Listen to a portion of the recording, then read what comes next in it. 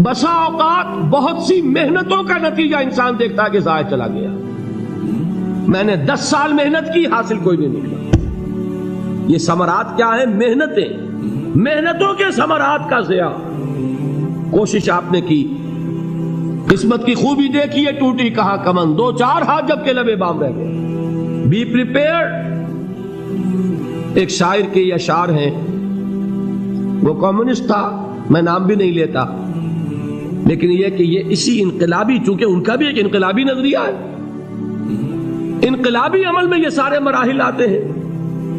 کوئی set back آیا، فرض کیجئے کوئی ناکامی ہو گئی، تو اپنے ساتھیوں کو دل بندھانے کے لیے یہ فصل امیدوں کی ہمدم اس بار بھی غارت جائے گی، سب محنت صبحوں شاموں کی اب کے بھی اکارت جائے گی۔ میرے نبی کے ثمرات کا جو لفظ یہاں آیا ہے، وَنَقْصٍ مِّنَ الْأَمْوَالِ وَالْأَنفُسِ وَالثَّمَرَاتِ، سب محنت صبحوں شاموں کی اب کے بھی اکارت جائے گی۔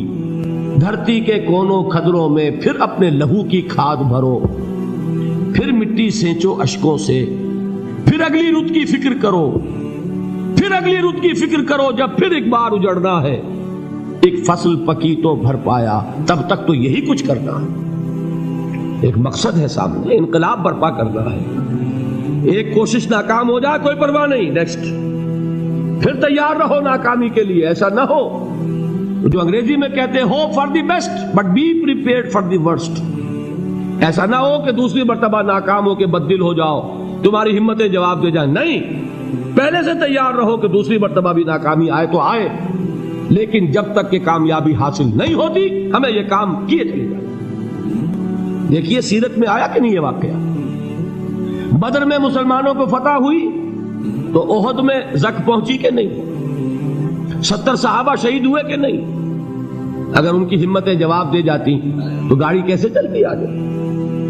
تو فرمایا وَلَنَبْلُوَنَّكُمْ بِشَيْءٍ مِّنَ الْخَوْفِ وَالْجُوعِ وَنَقْصٍ مِّنَ الْأَمْوَالِ وَالْأَنفُسِ وَالثَّمَرَاتِ، ہم تمہیں لازماً آزمائیں گے، خوف کی کیفیت سے، فقر و فاقے کی کیفیت سے، بھوک سے، جان کے نقصان سے، مال کے نقصان سے، محنتوں کے حاصل کے ضائع ہو جانے سے۔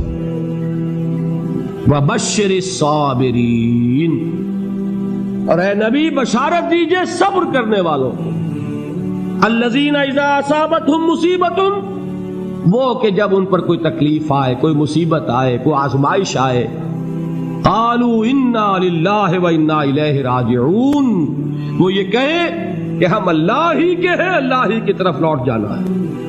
یہ وہی انداز ہے جو میں نے فارسی کا شعر سنایا تھا آپ کو کہ سرے تسلیم خم ہے جو مزاج یار میں آئے۔ وہ ہمارا مولا ہے، ہمارا آقا ہے، اگر اسے یہی منظور ہے تو ہمیں بھی یہی منظور ہے۔ میں نے تسلیم و رضا کی بات کی تھی نا، آپ کو کچھ شعر سنائے تھے، ایک شعر اور سنیے، اور یہ کس کا ہے؟ محمد علی جوہر کا۔ ایک مرتبہ جیل گئے، ان کی ایک بیٹی جوان بیمار ہوئی، فوت ہو گئی، باہر چھوڑا انگریز نے، جاؤ بھائی دفن کر دو بیٹی کو۔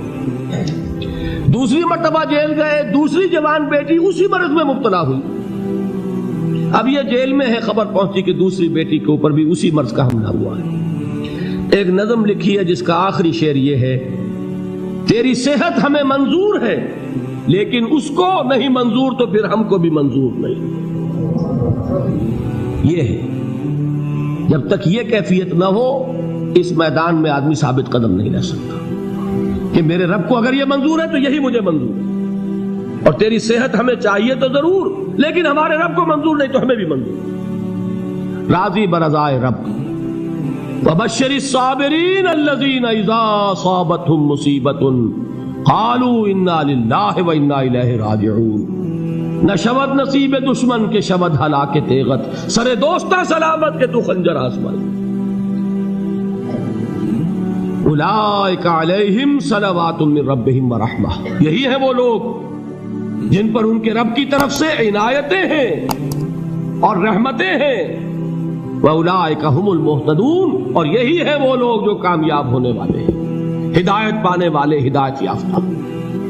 اسی سورہ بقرہ میں ذرا آگے چل کر، یہ تو ہے 20واں رکوع،